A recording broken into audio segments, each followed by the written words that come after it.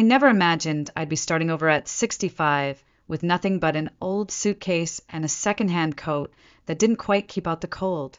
Life has a way of humbling you when you least expect it, stripping you of the things you thought were solid: your career, your home, even the love of your own child.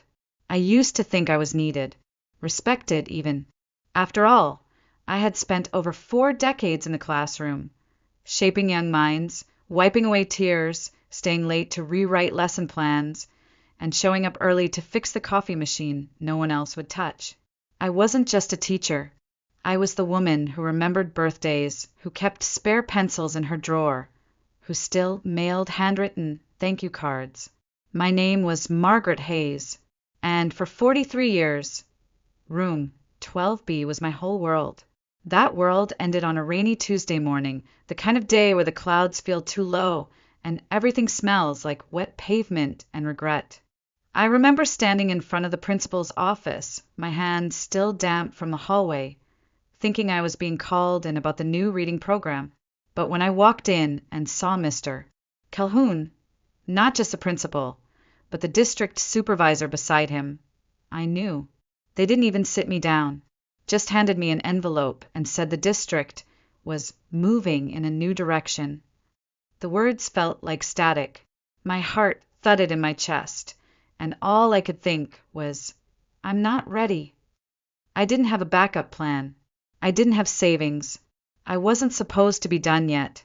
They called it a soft retirement. Said I should be proud that I'd earned a rest. But rest doesn't pay rent, and pride doesn't fill a fridge. I left the school with my nameplate, a small box of books, and a grief I couldn't quite explain. I wasn't just losing a job. I was losing my rhythm, my purpose, my place in the world. Still, I told myself not to panic. I had Brian, my only son. He and his wife, Lori, had a nice house on the edge of town, 2 kids, a golden retriever, the whole catalog picture life. Surely they wouldn't let me struggle alone. After everything I'd done, raising Brian alone after his father left, working 2 jobs to get him through college, helping with the down payment on that very house, I believed deep in my bones that he'd be there for me now. But belief, I would soon learn, can be a dangerous thing. Brian opened the door with a smile that didn't quite reach his eyes. Lori stood behind him, arms crossed, eyebrows already pinched with concern, or maybe annoyance. The kids were upstairs, their laughter faint through the ceiling. The house smelled like lemon cleaner and fresh baked bread, and for a second I let myself believe I was home. But the warmth faded quickly. I sat at their kitchen island, clutching my purse like it might anchor me. Brian poured coffee the same way I used to for him during finals week, and asked, "So, what's going on, Mom?"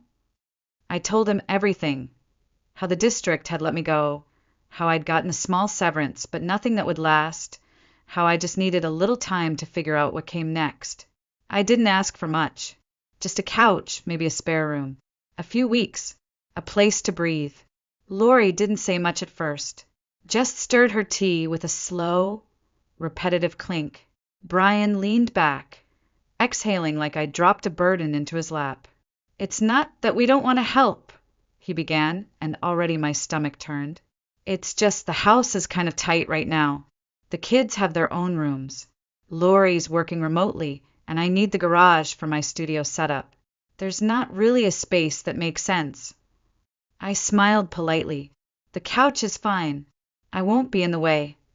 Lori looked up, finally. "It's not just space, Margaret. It's the kids. They've got their routines, their homework zones. And we haven't really child-proofed things for, someone older." Child-proofed for someone older.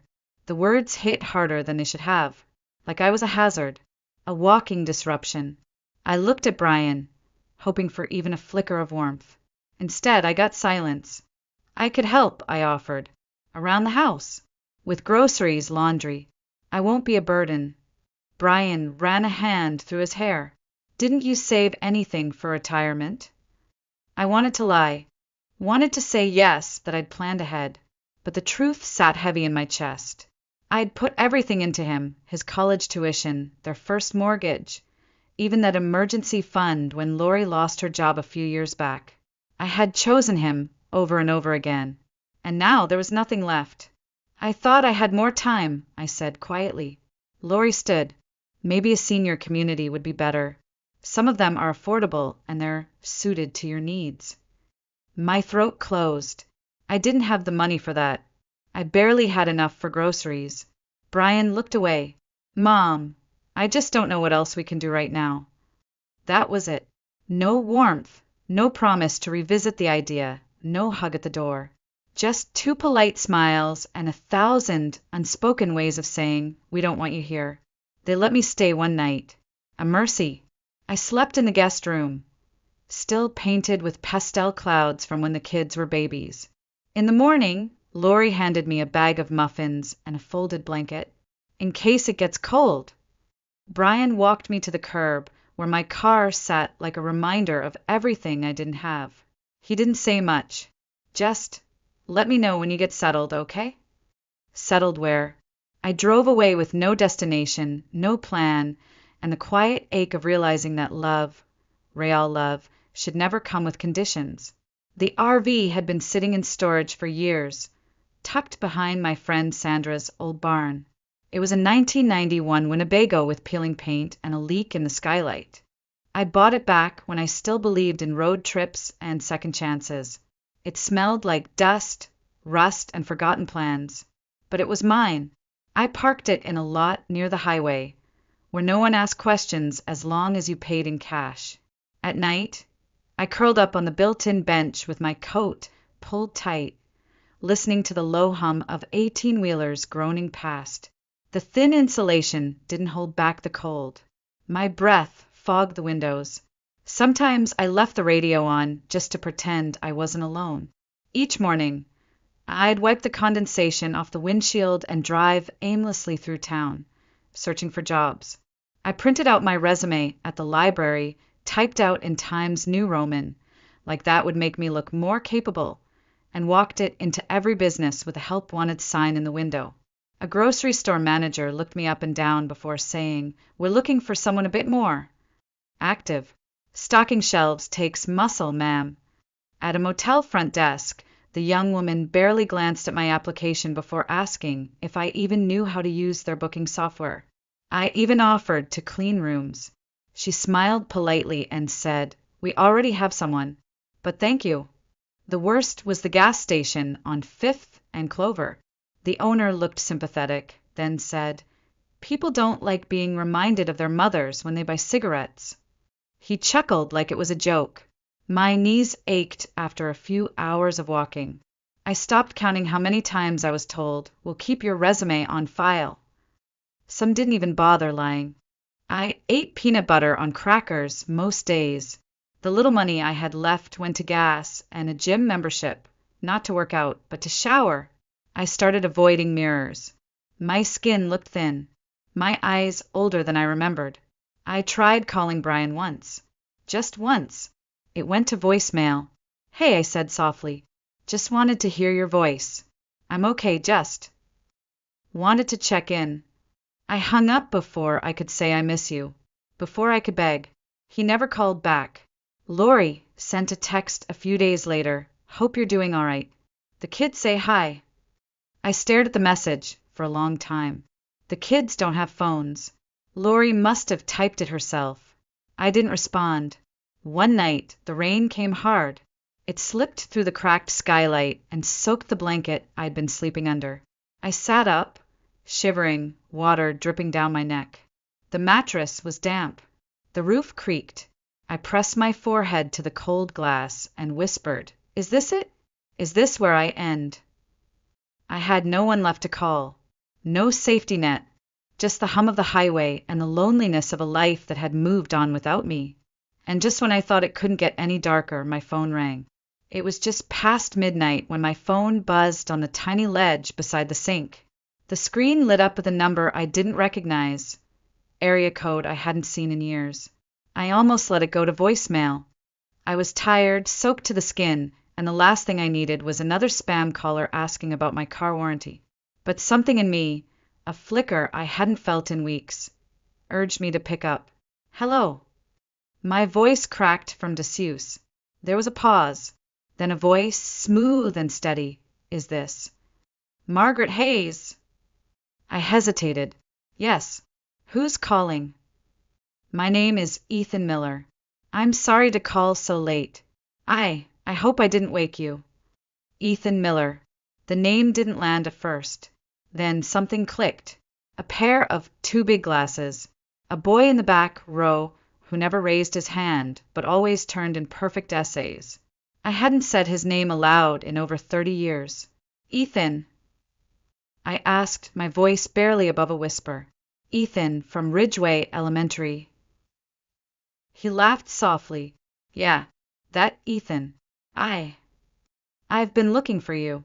I sat down on the damp bench, stunned. Why? Another pause. Then, because I owe you more than you'll ever know. He told me everything. How he'd been the kid no one believed in. The one teachers gave up on because he didn't talk much, didn't play sports, didn't fit the mold. But I had seen something in him. I had given him a journal. I remembered now, the blue one with a silver clasp. I'd written inside the cover, "Your words matter. Keep writing." He did. Ethan Miller was now the CEO of a successful publishing company in Seattle. He had a wife, 2 children, and a foundation that funded literacy programs for underprivileged youth. He said he'd been trying to track me down for months. My name had popped up in an alumni article about retirees, but then nothing. No address, no public profile, no trace. Until today, he said. I ran into Mr. Daniels. He taught music after you left. He mentioned something about you living in an RV. I'm sorry if this is intrusive, but I could not call. I felt something tighten in my chest. Not fear, not shame, hope. I don't know what to say, I murmured. You don't have to say anything, he replied. Just let me help. I didn't know how to respond. The silence stretched, thick and uncertain. I'm not calling out of pity, he added. I'm calling because you changed my life, and I'd like to return the favor if you'll let me. No one had said anything like that to me in a long, long time. I looked around at the dim RV, the stained ceiling, the soaked blanket. I thought of Brian's face when he told me there was no room for me. And then I thought of Ethan, a boy I barely remembered, reaching across time to lift me up when I had nothing left.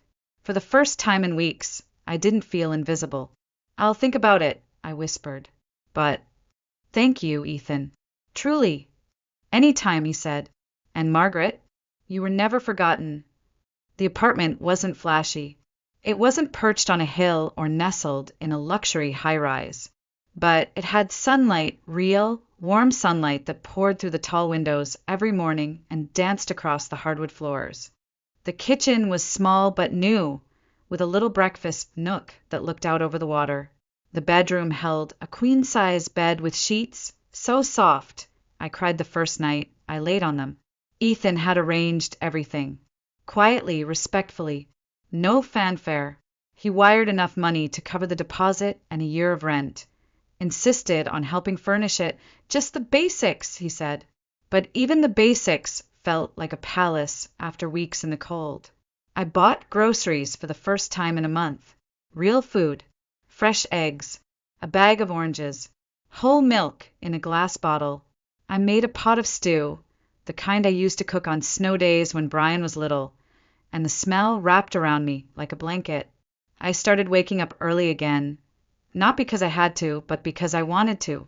I took slow walks along the pier, watching the fishermen prep their boats and the seagulls argue overhead. I went to the library and checked out books I hadn't read in years. I even joined a small book club at the community center. They welcomed me like I'd always belonged. And I started writing, just a little at first. Memories, letters I never sent, short reflections on the classroom, on motherhood, on the strange shape of silence after you've been cast aside. Ethan had offered me a part-time consulting role with his foundation. Nothing demanding, just reviewing children's manuscripts, giving feedback, helping train new mentors. I accepted. For the first time in a long time, I felt useful again. One morning, I stood in front of the mirror in my new bathroom. My hair was brushed and softly curled. I wore a deep green cardigan, my favorite brooch pinned at the collar. I looked alive.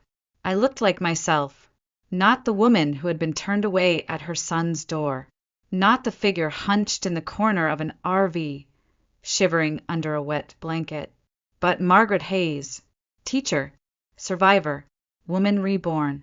I poured a cup of tea, opened my laptop, and stared at the blinking cursor. There were still bills to think about, still scars that hadn't quite faded. But for the first time in a long time, I wasn't afraid of tomorrow. Then, just as I was beginning to feel truly settled, my phone buzzed. The screen lit up with a name I hadn't seen in weeks. Brian. I stared at it. The steam from my tea curled in the air between us like a ghost. He called again, and again. By the fourth ring, I picked up. Mom. Brian's voice was hesitant, thin, like a thread stretched too tight. I leaned back in my chair, one hand wrapped around the warm mug of tea, the other resting on my lap. Hi, Brian. My voice was calm, steady, almost foreign to myself. I've been trying to reach you, he said quickly. I was worried. Were you? I didn't say it out loud. Instead, I let the silence do the work. I heard you moved, he continued. Laurie's sister mentioned it. Something about a place near the marina. Ah, so that's how the rumor started. A neighbor, a casual comment, a little too much curiosity. I wondered how long it took before someone mentioned that I'd gotten back on my feet, and how fast that news traveled to their dinner table. I just wanted to see how you were, he added, softer this time. It's been a rough few weeks for us. There it was, the opening act. I'm well, I said simply. Pause. Then, would you like to meet for lunch? Just the two of us. I feel like we need to talk. A month ago, I would have said yes before he finished the sentence. But today, I didn't answer right away. I let the weight of his silence press into the line between us. Finally, I said, all right. We met at a bistro downtown, the kind Laurie used to complain was too expensive. Brian chose it, probably thought it would impress me. I arrived early, sat by the window, watching people pass by, clutching their coats against the wind. When Brian walked in, he looked surprised, like he hadn't expected me to look different. My hair was done. My clothes were neat, tailored. I carried myself like someone who didn't need anything. Mom, he said, blinking. You look great. I feel great. We ordered. Small talk followed. Stiff. Empty. He asked about my apartment. I told him about the book club. He nodded in all the right places, smiled at all the right times. But there was something behind his eyes. Tension. A calculation. Finally, he set his fork down and sighed. Things have been tough lately. Really tough. I nodded slowly. I'm sorry to hear that. The mortgage is piling up, he said. Laurie's hours got cut, and the kids, well, you know how expensive school is now. I sipped my water. We were thinking, he continued, forcing a chuckle, since things are going well for you now, maybe you could, I don't know, help us out a bit? Just until we catch up. For the kids. There it was, the real reason for lunch. I set my glass down gently. When I asked to stay with you, just until I figured things out, do you remember what you said? His face reddened slightly. Mom, come on. That was different. We didn't know. No, I interrupted, soft but firm. You did know. You knew I had nowhere to go. And you made your choice. He looked down at his plate. I was overwhelmed. We didn't expect you to lose everything. I finished for him. Neither did I. He looked up, eyes wide. So that's it? You won't help us? I smiled. It wasn't cruel. It wasn't angry. It was the kind of smile that comes after surviving a storm. Lunch is on me, Brian. Consider it my only contribution.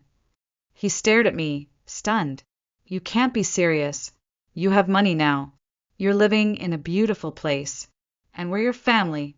Family. That word. So easy to say when there's something to gain. You're right, I said quietly. And when I needed mine, I was sleeping in a leaking RV. He opened his mouth, but nothing came out. I stood, adjusted my coat, and looked at him one last time.